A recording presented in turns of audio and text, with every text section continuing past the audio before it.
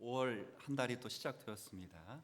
이 세 달을 허락하신 하나님께 감사하고 이 한 달 우리의 마음과 삶의 방향이 하나님을 향해서 우리가 설 수 있기를 바라고, 그런 마음가짐 때문에 여러분의 가정도 교회도 흥왕의 복을 누릴 수 있기를 축원합니다. 찬양 부른 것처럼 여호와께서 세워주셔야 됩니다. 아멘. 자, 오늘은 창세기 47장을 이제 읽게 되는데, 요셉 일대기에 이제 거의 마지막으로 왔습니다. 여러 내용으로 구성되어 있습니다. 이를테면 야곱이 애굽의 왕 바로를 만나서 그를 축복하는 내용, 그리고 바로 왕이 야곱의 일가를 애굽 땅 고센 땅에 살도록 허락하는 내용, 그리고 애굽 땅 안에서 이제 애굽인과 야곱의 일가가 평화롭게 공존하는 내용, 그리고 끝부분에는 자신의 죽음을 직감한 야곱이 자신의 죽음을 준비하는 내용, 여러 장면이 있어요. 근데 이 내용은 일전에 야곱 일대기 설교하면서, 그리고 주일 본문으로 만나면서 이미 드렸습니다. 그래서 오늘은 요셉과 관계된 이야기인 그 중간 부분인 13절부터 26절의 내용을 가지고 오늘 여러분과 말씀을 나눌 거예요. 이 부분은 뭐냐 그러면, 기근이 더욱 그 땅에 심해지는 상황 속에서 그 흉년을 넘기기 위해서 요셉이 새로운 정책을 펴는 장면입니다. 그래서 오늘은 이 새로운 정책이 무엇인지 보시면서 이 정책 가운데 적용을 우리가 할 텐데, 약간은 비약적이지만 긍정적인 모델로, 그리고 부정적인 모델로 적용하면서 삶의 교훈으로 삼고자 합니다. 자, 먼저 흉년의 때에 요셉이 어떤 정책을 폈을까, 그리고 이것이 긍정적 의미에서 우리에게 어떤 교훈이 되는가를 좀 보십시다. 13절에 보면 성경은 기근이 더욱 어떻게 됐대요? 심해졌습니다. 사방에 먹을 것이 다 떨어지고 애굽 땅과 가나안 땅이 기근으로 이제 마지막 뭐라고 되어 있나요? 황폐하게 되었다를 했습니다. 그냥 흉년이 아니라 대흉년이 왔다는 것을 알 수 있어요. 이 엄청난 흉년의 때에 요셉이 총리로서 그 일을 이제 쭉 처리해 나가는데, 쭉 보시면 가혹할 정도로 애굽 사람들의 허리띠를 졸라맵니다. 그래서 절대 곡식을 그냥 나눠주지 않습니다. 처음에는 돈을 이렇게 내고 곡식을 사라고 합니다. 한번 눈으로만 스케치를 해보세요. 제가 읽어드릴게요. 14절, 요셉이 곡식을 팔아 애굽 땅과 가나안 땅에 있는, 자, 그 다음 돈을 모두 거두어 들이고 그 돈을 누구에게 가져갔어요? 첫 번째 돈을 주고 샀습니다. 근데 돈을 주고 사서 곡식이 또 떨어지면 이제 뭐가 남았어요? 가축입니다. 한번 볼까요? 16절, 요셉이 이르되 너희의 뭐를 내고 사라고요? 가축을 내고 사라. 돈이 떨어졌은즉 내가 너희와 너희의 가축과 바꿔주리라. 자, 이제 저를 한번 보세요. 다 읽을 수 없으니까. 돈 떨어졌습니다. 그 다음 가축 떨어졌습니다. 그럼 뭐가 남았어요? 그렇죠, 땅이 남았습니다. 땅 주고 곡식 삽니다. 그 다음에 땅까지 떨어지면, 토지까지 떨어지면 뭐밖에 안 남았습니까? 몸밖에 안 남았습니다. 그럼 몸을 주고 사옵니다, 곡식을. 그래서 23절 요셉이 백성에게 이르되 오늘 내가 바로를 위하여, 같이 읽어봅시다. 시작. 너의 몸과 너의 토지를 샀노라. 아멘. 여기까지. 뭐까지 다 줬다고요? 몸과 토지까지. 그리고 21절에 보면 요셉이 애굽 전 지역에 있는 백성들을 성읍 안으로 이주까지 시킵니다. 이때로부터 애굽 사람들은 바로와 새로운 관계로 살아가게 되어진 거예요. 그리고 마지막에는 아무것도 안 남았잖아요. 그러니까 무상으로 토지를 임대해주고 종자를 무상으로 나눠줘서 그 수확의 5분의 1을 세금으로 거두게 했습니다. 그래서 26절 마지막에 아니하여 어디까지 이르리니라고요? 26절 오늘 마지막 본문 마지막에 언제까지? 자, 한번 보세요. 이거 누구 이야기입니까? 지금 누구 때 이야기예요? 요셉 이야기입니다. 근데 오늘날까지 이르리라 라고 말씀하시고 이 창세기를 쓰신 분은 누구예요 지금? 모세입니다. 그럼 몇백 년이 흘렀죠? 시력이 좋으셔야 됩니다. 400년이 흘렀어요. 그러니 이 제도가 절대 왕권 제도가 누구로부터 확립된 거예요? 여러분, 세계 많은 학자들은 성경을 좋아하거나 신뢰하거나 진로로 믿고 있지는 않지만 역사를 쭉 공부하면서 지금 우리가 알고 있는 이집트의 절대 왕권주의, 영화라든가 만화라든가 드라마를 통해서 보는 이집트 나라의 절대 왕권이 언제 세워졌냐 그럴 때 공통적으로 누구의 때에? 요셉 때에 세워졌다고 인정을 합니다. 그 사람이 성경을 믿을까요? 안 믿는 사람들이에요. 그런데도 성경과 천체에 일치합니다. 더불어서 왕권이 태동되게 된 거예요. 자, 이 모든 과정을 정리해 보면 엄청난 흉년의 때에 요셉은 애굽 사람들의 삶을 전부 자 한번 따라해 보십시다. 재편 유념해 두셔야 돼요. 뭘 했다고요? 재편을 했습니다. 경제 구조만 바뀐 게 아니에요. 삶의 방식도 바뀌었고 그리고 소유의 개념도 바뀌었습니다. 더욱이 무엇보다도 누가 주인인가가 다 바뀌었어요. 예전에는 돈도 내 것이고 가축도 내 것이고 토지도 내 것이고 몸도 누구 거예요? 내 거예요. 근데 지금 전부 다 그게 누구께 됐습니까? 예, 바로 왕께 됐습니다. 그러니까 요셉에 의해서 애굽은 거의 새로운 세상의 나라가 되어버린 것입니다.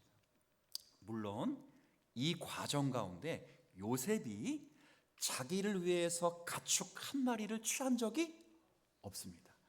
그가 바로 왕에게 충성을 다했기 때문에 그렇게 하신 것이 아니라 하나님의 뜻을 따라 행하는 모습이기 때문에 지금 그런 거예요. 여러분, 이 요셉이 왜 이렇게 하고 있는가?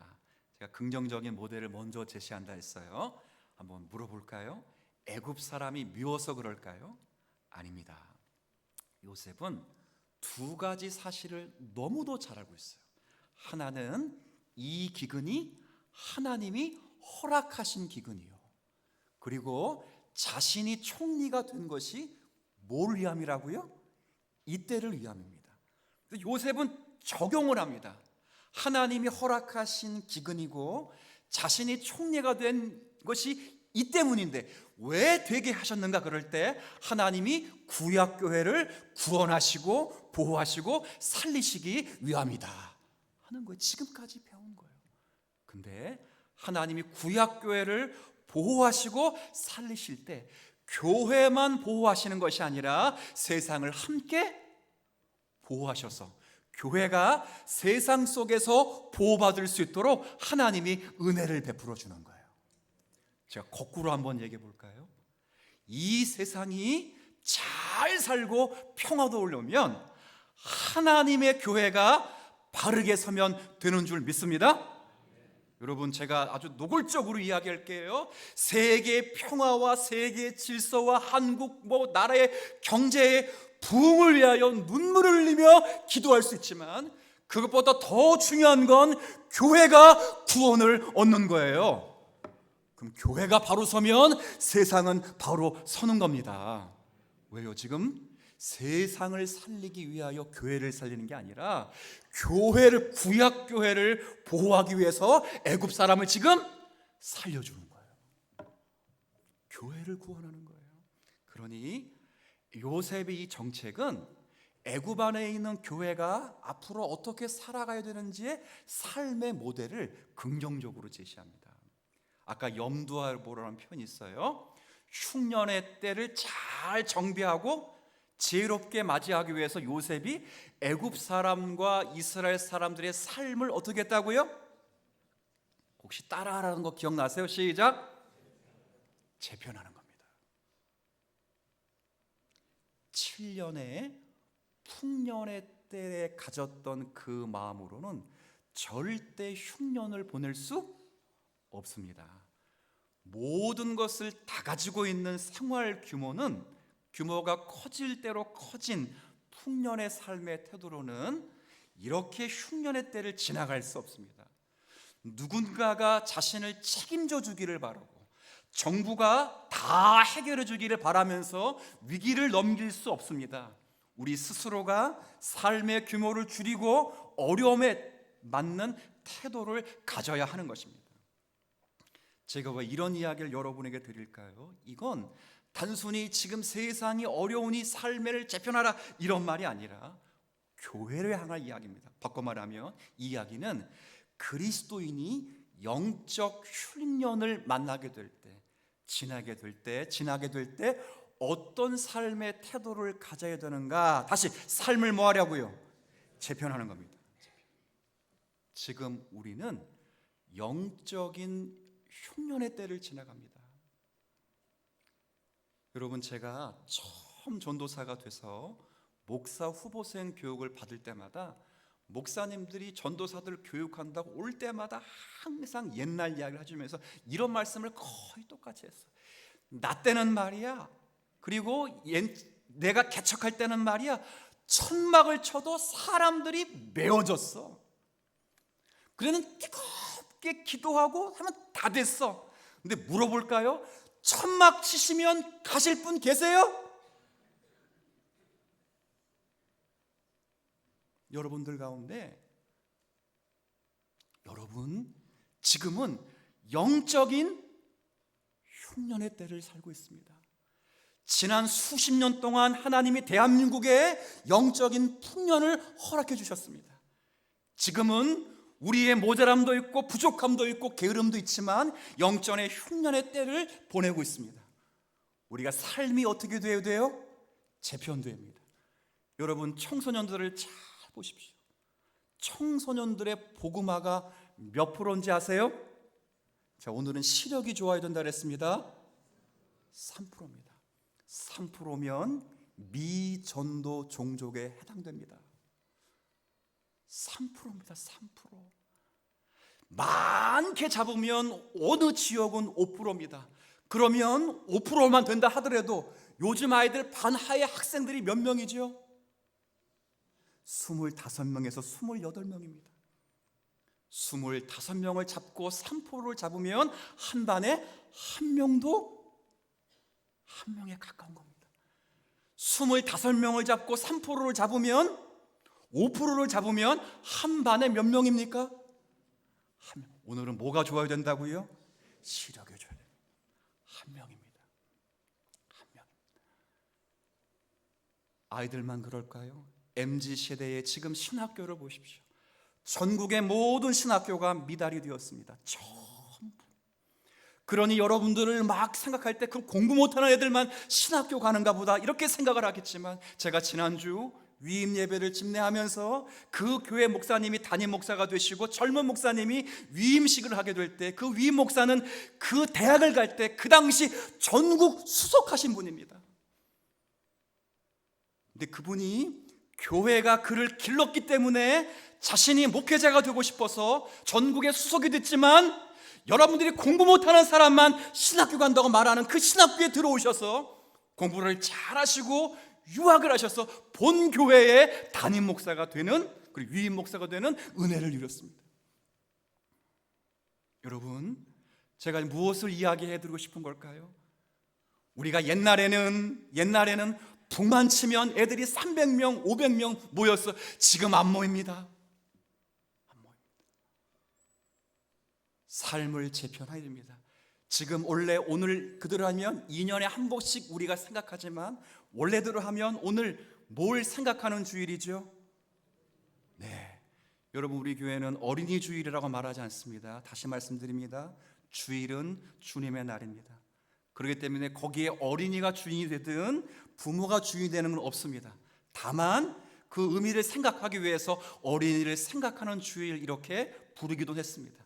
원래는 어린이를 생각하는 주일이었습니다. 교회당 안에 다른 교회와 비슷하거나 많거나 적응은 모르겠습니다만 교회 안에, 영내 안에 아이들이 이렇게 다닐 수 있다는 것 하나님의 기적과 은혜인 줄 믿습니다. 잘 길러내야 됩니다. 잘 길러내야 됩니다. 눈물을 흘리며 저희 어머니가 생활비가 없고 먹을 것이 떨어질지라도 신문을 배달하면서 생활비를 줄여도 학원비를 끊지 않았던 우리 어머니처럼 여러분들도 자녀 세대를 향한 하나님의 말씀의 공급과 기도를 끊지 않는 우리 삶에 재편되는 은혜가 있기를 주의 이름으로 축원합니다. 그렇게 살아야 됩니다. 교회적으로만 그럴까요? 개인적으로 영적 흉년을 지나고 있습니다. 기도했는데도 응답이 없어 보입니다. 신앙생활이 재미가 없습니다. 사람 때문에 교회 나오기 싫습니다. 그 사람이 얼굴만 보이면 그 사람이 목사일 수도 있습니다. 그러나 명심해 오십시오. 정말 사람 때문에 시험 든 것인지 아니면 내 영혼의 영적 기근 때문에, 기도하지 못했기 때문에, 말씀에 충만함이 없기 때문에 우리 안에 흉년이 찾아온 것이 다시 한번 생각해 보십시오. 여러분, 지금 예배 시간에 졸고 있으면 안 됩니다. 제가 1부 때도 호소를 했습니다. 절대 예배 시간에 조는 건 하나님의 뜻이 아닙니다. 목회자가 일주일 동안 기도하며 생명을 걸고 말씀을 준비해서 여러분에게 전하는데 여러분들이 그 시간에 졸고 있다는 것은 목회자를 무시하는 것이고 목회자를 통해서 말씀하시기를 기뻐하시는 하나님의 거룩하신 임재의 의식을 훼손하는 것입니다. 목회자가 설교를 잘못하거나 목회자 그 목회를 잘못할 때는 하나님이 즉시로 목회자를 심판하실 것입니다. 그러나 제가 부사역자의 설교일지라도 맨 앞에서 하나님이 세워주신 목회자로 오늘 설교한다를 알고 아멘하며 크게 받는 것처럼 우리 모든 성도분들도 영적 기근을 지날 때 하나님께서 지금 나에게 말씀하신 줄 알고 다시 한번 말씀 앞에 돌아올 수 있는 은혜가 있기를 축원합니다. 청교도인들은 자신이 영적인 흉년을 맞이했는가 맞이하지 않았는가를 몇 가지 쭉 점검했는데 제가 그 중에 5가지만 여러분에게 1분 안에 말씀드릴 테니 여기에 하나라도 추측이 되시면 다시 한번 하나님을 향하여, 기도를 향하여, 예배를 향하여, 믿음을 향하여, 교회를 향하여 마음 쓰셔야 됩니다. 첫 번째는 나는 하나님을 바로 알고 있는가. 이 말은 도움이 필요할 때 하나님을 찾는 게 아니라 하나님이 나의 주권자라는 것을 인정하는가. 두 번째, 복음을 제대로 알고 있는가. 즉 그리스도의 의를 발견하여 모든 것을 배설물로 여기고 있느냐, 그 말입니다. 세 번째는 정말 회개의 삶을 살고 있는가. 반복적인 죄 때문에 고통스러워하며 하나님 앞에 탄원하며 기도하며 날마다 회개의 삶을 살고 있는가. 네 번째는 말씀과 기도의 삶을 살고 있는가. 5번째는 거룩을 추구하며 살고 있는가. 여러분, 저도 자신이 없을 수 있습니다. 아마 여러분들도 자신이 없을 수도 있습니다. 그러나 이 말씀이 저와 여러분들에게 들려지면서 그래 나도 하나 영적 기근 속에 있다고 생각되시면 다시 한번 우리의 삶을 재편하여 하나님 중심, 말씀 중심, 기도 중심으로 세워가는 은혜가 있기를 축원합니다. 이제 똑같은 새로운 요셉의 정책을 이제는 부정 모델로 한번 살펴보도록 하겠습니다. 무슨 말이냐면 요셉의 정책은 당시로서는 하나님의 구약교회를 보존하시는 섭리로서 그 역할을 충분히 했습니다. 하지만 또 하나 종교개혁자의 해석을 빌다면 모세가 이 기록을 남긴 것은 몇 년의 시간차가 있다고요? 400년입니다. 그것은 살피면 이것은 세상 나라의 한계도 그대로 보여주는 것입니다. 생각을 좀 해볼까요? 창세기를 가장 먼저 읽고 있는, 제가 가끔 말해요, 1차 독자라고 말합니다. 우리는 2차 독자입니다. 처음으로 창세기를 읽고 있는 분이 누굴까요? 모세와 함께 애굽을 나온 이스라엘 백성들입니다. 1.5세대 혹은 2세대, 그리고 요단강을 건너서 가나안 땅을 막 들어가 정착하려고 하는 그분들이 창세기를 가장 먼저 읽고 있는 1차 독자들입니다. 이분이 방금 전에 어디서 나왔다고? 40년 전에 애굽에서 나왔습니다. 놀라운 건 40년이 흘렀음에도, 그리고 40년 내내 저들은 힘들 때마다, 고통이 일어날 때마다, 흉년이 일어날 때마다 항상 어디를 향했다고요? 어디 가고 싶다고요? 다시 애굽으로 돌아가려고 했습니다. 애굽의 절대 왕권을 부러워하고 그들의 발달된 문명을 부러워했고 눈에 보이는 풍요와 질서를 항상 존경해 왔습니다. 그런데 창세기 기록자 모세는 오늘 이 사건을 통해서 겉으로는 화려하게 보이고 강대하게 보이는 그 나라의 실체가 무엇인지를 보여주는 거예요. 오늘날까지 이르렀대잖아요. 무슨 관계가? 아무리 그 나라에는 은혜를 베푸는 것처럼 보여도 결국 세상 나라는 종과 주인으로 나눠지는 나라라는 거예요. 그렇잖아요. 양식을 주고 살긴 했습니다. 그러나 그 대가가 모든 땅을 다 뭐 했어요? 가져가는 것입니다. 모든 백성을 왕의 노예로 만드는 것입니다. 이것이 세상 나라의 본질이고 이것이 세상 나라의 질서입니다. 살려주는 것 같지만 더 붙들어 매는 것이고, 은혜를 베푸는 것 같지만 결국은 예속시키는 겁니다. 그런데 이제 가나안 땅에 세울 하나님의 나라는 그런 나라가 아니라는 거예요. 이스라엘 백성을 통해 세우시는 의와 공도의 나라는 지금 방금 너희들이 나오는 이 애굽 나라와 전혀 다른 나라예요. 어떤 나라일까요? 이미 율법을 통해 다 가르쳐 주었습니다.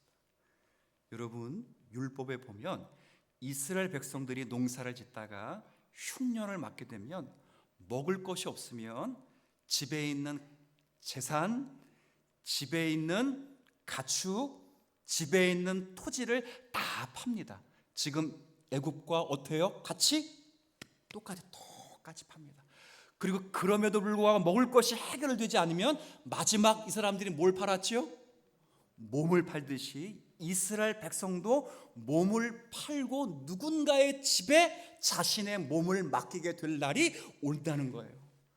그럴 때 애굽은 주인과 종으로 나눠지지만 율법은 그들이 먹을 것이 없어 마치 종처럼 우리의 집에, 너희 집에 들어와서 노예가 되는 것처럼 보일지라도 절대 종처럼 여기지 말라고요. 누구처럼 여기라고요? 한번 따라해 볼까요? 나그네. 누구처럼 여겨요? 여러분, 이스라엘의 나그네 환대법이 뭡니까? 제가 몇 번 강의했습니다. 이스라엘의 나그네 환대법은 이 나그네가, 한 번만 따라해 볼까요? 이 나그네가 혹 하나님이 보내신 천사일 수 있다. 제가 나그네 환대법을 여러분 물으면 답을 하시면 됩니다. 시작. 시작이 아니죠. 나그네 환대법이 뭡니까? 시작. 오늘 안에 외워야 여러분들에게 복이 있습니다. 그래서 아브라함이 부지 중에 누구를 영접했다고요? 그렇게 해서 하나님의 나라가 얼마나 따뜻한 나라인지를 아는 거예요. 혹시 여러분들 가운데 사장님이 계시다면 여러분에게 몸을 맡겨 생계를 부탁한 직원들을 하대하시면 안 됩니다. 에베소서 6장의 말씀처럼 위협을 그치고 사장님 당신에게도 위상전인 하나님이 계신 줄 알고 동역자의 마음을 갖고 잠시 몸을 맡긴 그들을 나그네처럼, 다시 나그네 환대법 시작. 오늘 안에 외우시기를 바랍니다. 오늘 안에. 게다가 이스라엘은 신년이라는 제도가 있습니다. 기쁨의 해입니다. 그 해가 되면 이제 역순으로 다 풀어줍니다. 다시 토지 주고, 다시 가축 주고, 마지막에 다시 뭐까지 자유함을 줘요? 몸까지입니다. 몸까지. 무슨 나라의 이유입니까? 부정 모드를 사용하면 세상 나라는 잃으면 되찾을 수 없고 빼앗기면 다시 회복할 수 없지만 하나님의 나라는 잃어도 괜찮다, 눈물을 흘려도 괜찮다, 하나님이 다시 회복시켜 주실 것이다. 이게 하나님의 나라입니다. 하나님의 나라입니다. 그래서 하나님의 나라가 가장 잘 실현되는, 구현되는 교회는 하나님의 나라는 아닙니다. 하나님의 나라는 교회보다 훨씬 큽니다. 훨씬. 하나님의 주권이 미치는 영역이니까요. 그러나 하나님의 주권이 하나님의 속성 가운데 가장 잘 미치는 공간이 바로 공동체가 교회입니다. 그래서 교회는 넘어져도 하나님이 다시 일으키는 나라입니다. 실수가 있어도, 탄원이 있어도, 눈물을 흘려도, 쓰러져도, 범죄하도 하나님이 다시 일으키시는 나라입니다. 여러분 한번 생각을 보십시오. 제가 지난번에 말씀을 드렸습니다. 여러분이 일주일 동안 예배를 잘 드리고 오셔야 하나님이 여기 임재하시는 것 아닙니다. 여러분이 신앙생활을 잘 하셔야만, 그리고 뜨겁게 기도해야만 하나님이 여기 임재하시는 것 아닙니다. 주님은 말씀하셨습니다. 너희가 두세 사람의 이름으로 내 이름으로 모인 곳에 내가 그들과 함께 하리로다. 아멘. 주님이 이 자리에 임재하셨습니다.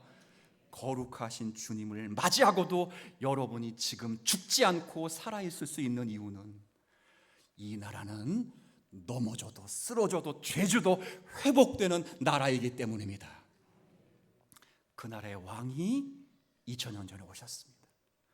우리를 뜨겁게 사랑하셔서 피조물처럼 마치 인간이 지렁이가 되는 것보다 더 극한 비하의 몸으로 이 땅에 오셨습니다. 우리와 같은 성정을 가지시고 사람을 위하여, 인자가 온 것은 섬김을 받으러 옴이 아니라 섬기려 하고 도리어 자기 목숨을 많은 사람들에게 대속물로 내어주기 이 땅에 오셨습니다. 그리고 우리를 위해 고난받으시고 십자가에서 물과 피를 다 쏟으신 다음에, 그리고 스스로 능동적이고 수동적인 순종에 근거하여 하나님 아버지께서 그를 다시 살리심으로 우리에게 은혜를 주어 사죄, 칭의, 새 생명의 은혜로 우리를 교회 안에 하나님이 세우신 나라로 불러주셨습니다. 우리는 하나님의 노예가 아니라 이제 하나님의 자녀가 되었습니다. 영접하는 자, 곧 그 이름을 믿는 자들에게는 하나님의 자녀가 되는 권세를 주셨으니 자녀는 실수해도 괜찮습니다. 넘어져도 범죄해도 괜찮습니다. 회복이 있습니다. 그러나 노예는 끝입니다. 모든 게 살아납니다. 여러분이 그 나라에 왔습니다. 물어보고 싶습니다. 은혜인 줄 믿습니까? 그러면 이 은혜의 나라에서 우리가 어떻게 살아야 될까요? 어떻게? 여러분, 기회입니다. 기회입니다. 지금 가장 가깝게 있는 가족일 수 있고 공동체가 있습니다. 서로 허물 때문에 많이도 싸울 수 있고 서로 정죄할 수 있는 그런 자리에 있음에도 우리가 여전히 회복될 수 있고 다시 화합될 수 있고 서로 위해 기도할 수 있는 건 주님이 우리의 왕이 되어주셨기 때문입니다. 말씀을 이제 사실은 더 하고 싶은 게 더 있는데 오늘은 행사도 있고 해서 준비할 것이 많다고 하시니 절제할 수 있는 은혜가 있으면 좋겠다 라는 이야기를 아내가 끊임없이 일주일 내내 했습니다. 그래서 정리합니다. 오늘 요셉의 정책을 긍정 모델과 부정 모델로 살피면서 이 긍정 모델은 세상 속에 있는 하나님의 교회인 저와 여러분이 영적인 기근을 맞을 때 어떻게 살아야 되는가, 삶을 뭐 하라고요? 재편하십시오. 지금의 모습으로는 하나님의 자녀로서 살아갈 수가 없을 때가 많습니다. 두 번째는 부정의 모델입니다. 그런 나라를 한 번 종이 되면 영원히 오늘날까지 종이 되는 그런 나라를 소망하지 말라고요. 하나님이 오히려 우리의 종이 되시는 그런 나라, 그래서 우리가 그의 자녀가 되는 그런 나라, 나를 위해 죽으실 수 있는 하나님이 나의 아버지가 되시는 그런 나라, 넘어지나 눈물을 흘리나 다시 씻겨주고 다시 일으켜주시는 그런 나라에 우리 교회가 있었으니 어린이를 생각하는 이 주일에 그런 어린이들을 주의 말씀으로 잘 품고 세워주기를 바라고, 오후에는 임직식이 있으니 맡긴 사명, 하나님의 나라의 속성을 잘 증거하여 섬기며 베푸는 은혜의 종들이 되기를 주님의 이름으로 축원합니다.